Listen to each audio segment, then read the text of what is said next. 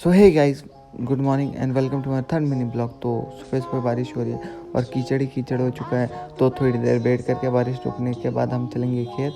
तो अभी आ चुका हूँ मैं अपने खेत, और खेत में पानी भरा पड़ा था और साइड में जिनका भी खेत था वहाँ पे धान की रुपाई हो रही है, वो लगा रहे हैं अपना धान। तो अभी चलते हैं वापस।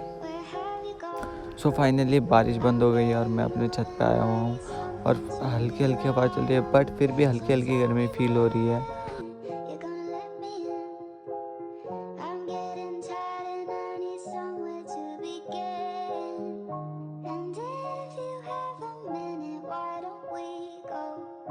सो फाइनली हम इस ब्लॉग को करते हैं यही पेंट। तो हम आपसे मिलते हैं कल। तो कल तक के लिए आप सभी को हैप्पी बाय।